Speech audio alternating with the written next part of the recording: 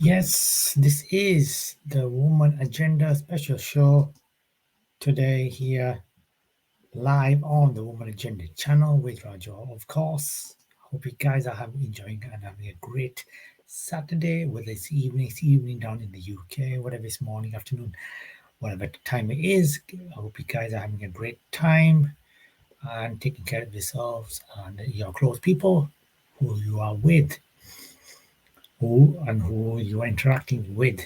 Rather, so this is the Woman Agenda, as you saw, the still special weekend edition where we talk about women daily news and what's happening in the women's sport and so forth. If you want to sponsor the podcast, get in touch. Talent Spotlight 309 at gmail.com. Talent Spotlight 309 gmail.com and get in touch with us. If you want to collaborate with us, if you want to be a guest, if you want to feature, get in touch with us and we will talk. Now, the first news which I want to talk about today is as follows. Two women hurt as a car overturns in Rabat. Now, unfortunately, two women have been hurt. News has been reported today,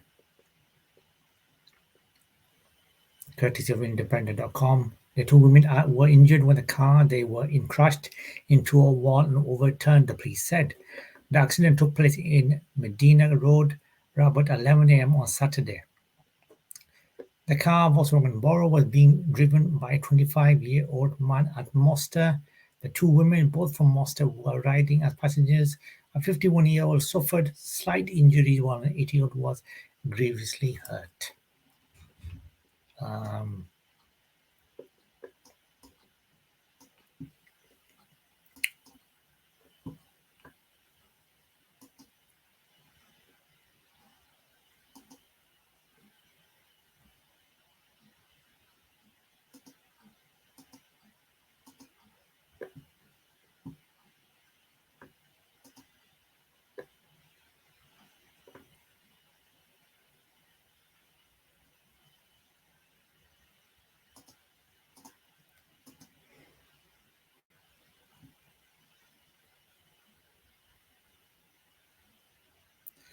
the next news we are talking about today is a Tory MP who was wrapped over sexism has been quietly removed.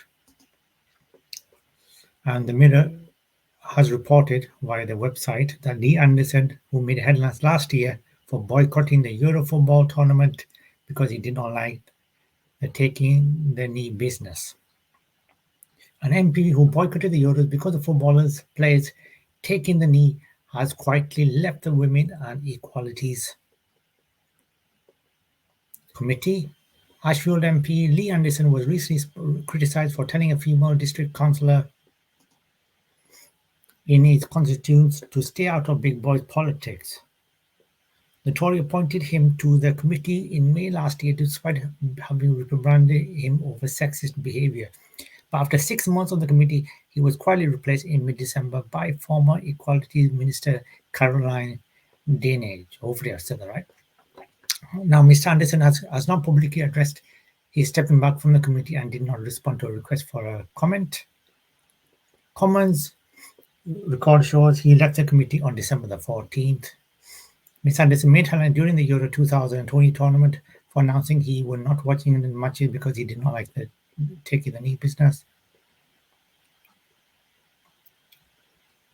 Mr. Anderson was warned by the Conservative Party in 2018 over a Facebook post while he was a councillor as well.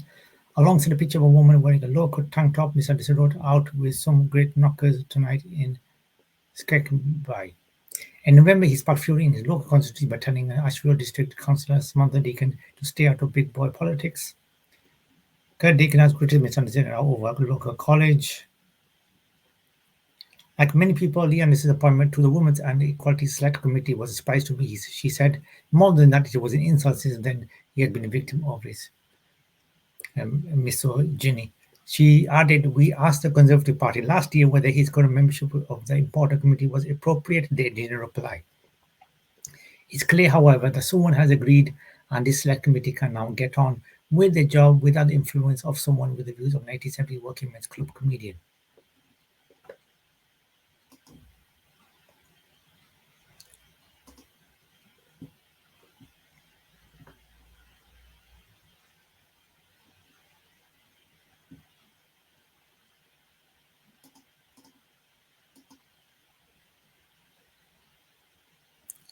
The next one which we are wanted to talk about today is women and girls face ADHD misdiagnosis due to what is the reason for this? And this is being reported by Sky News.news.sky.com. Boys are 5 times more likely to be diagnosed with ADHD more than girls, although in later life case numbers of ADHD are roughly similar to men and women. Women and girls with ADHD are struggling to get diagnosed or are being misdiagnosed because of misconception about the symptoms.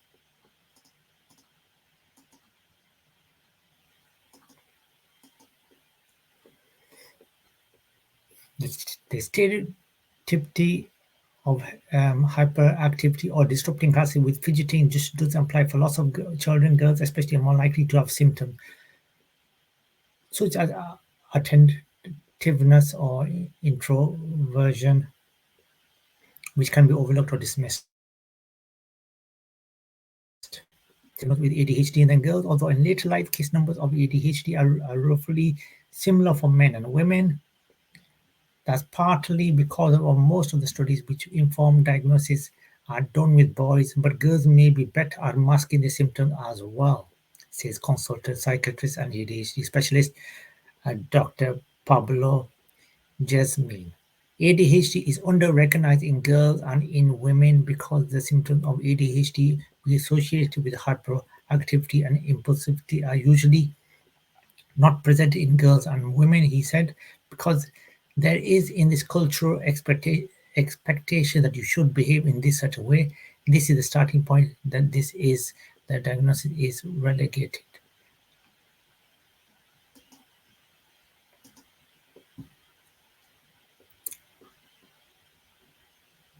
And the next news we talk about women's football, which is back on Sunday after there's been a few postponements on Saturday, today, and Friday, and we will be bringing our women's football show on Sunday, and it will be happening every week. So stay tuned for that.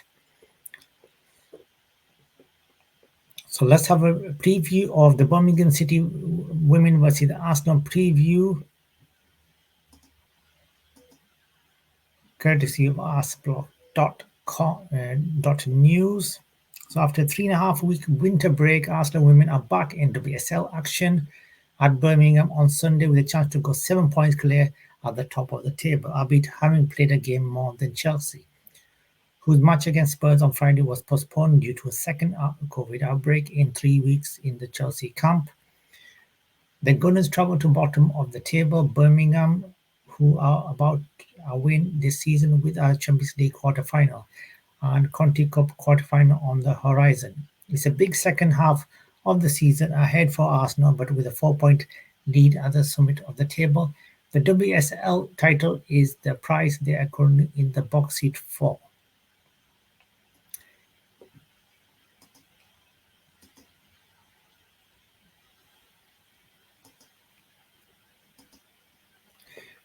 They will have to do without some key players for this match due to a mixture of injuries, COVID, and the Asia Cup. But coach Jonas Eidvall came out swinging on the subject of postponements and expressed his unhappiness with the lack of transparency over the reason the Arsenal most recent WSL game against Brighton just about before Christmas was postponed.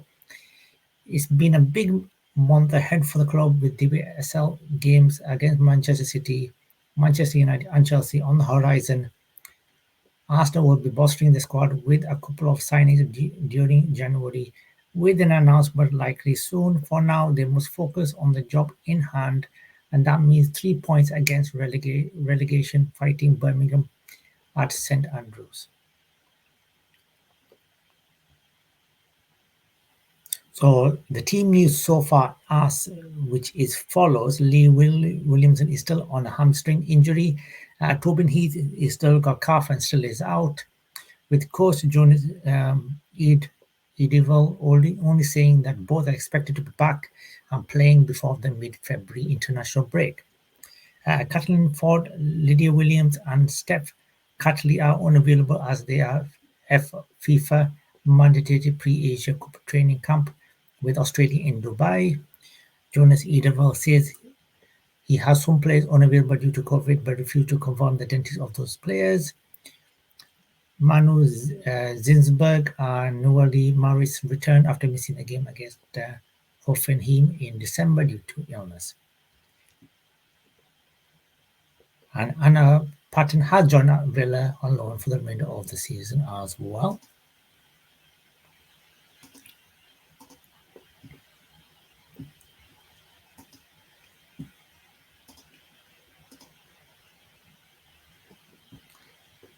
And finally, today, Liverpool FC's women can confirm Rinsola Babajid. Hopefully, I said that right. Apologies if I haven't. This is reported by Liverpool themselves, liverpoolfc.com, that Rinsola Babajid has left the club. So the 23-year-old originally joined the Reds in January 2018 and departs having made a total of 58 appearances and scored 21 goals. Now she moved to Brighton Hove Albion Women in the Women's Super League last July on a season-long loan. That deal has now been terminated and a contract with LFC Women cancelled by mutual consent. Everyone at LFC Women would like to thank Rinsola for her efforts and wish her every success in her future career.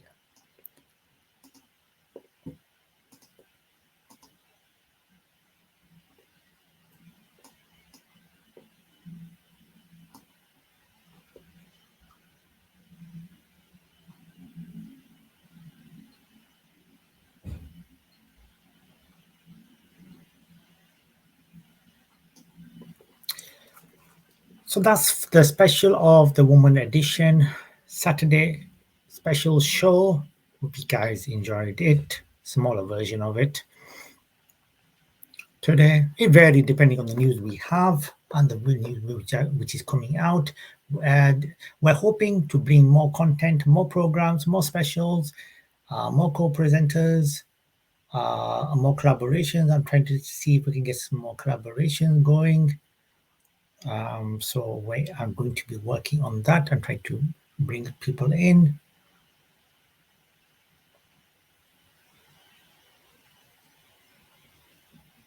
And hopefully we can bring them in. The email address is below. Get in touch. Like I said, we have a website, which is talentspotlightpodcast.com as well. Get in touch on there as well, like some people are doing.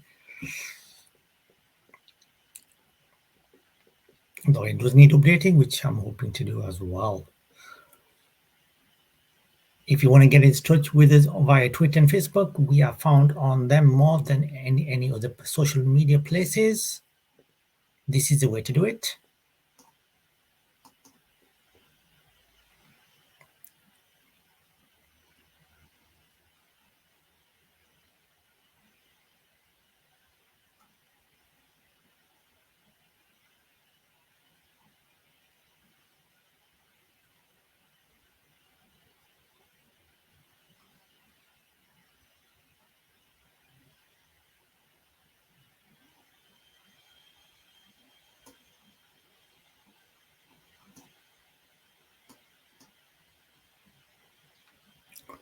Easy way to do it. Send a tweet, a DM on Twitter, send a Facebook message on our channel or page. And also, like I said, you can enter your comments and your information on the video itself. Get in touch. We look forward to hearing from you guys. That's it from me, Raju, on the Woman Agenda channel today. Thank you very much for viewing the videos. If you haven't viewed the videos, there's a Marilyn Monroe special today. Watch that. Don't forget, if you're Bollywood Buff, Bollywood Central is on there. We have some specials tomorrow, including the women's football. Tomorrow, the scores and the previews and the scores, what the update, what's happening there. So that's happening tomorrow, the women's football show, among lots of other special programs tomorrow. So stay tuned for that on there. And thank you very much. We are leaving you with this. And I will see you guys tomorrow. Until then, have a fantastic Saturday.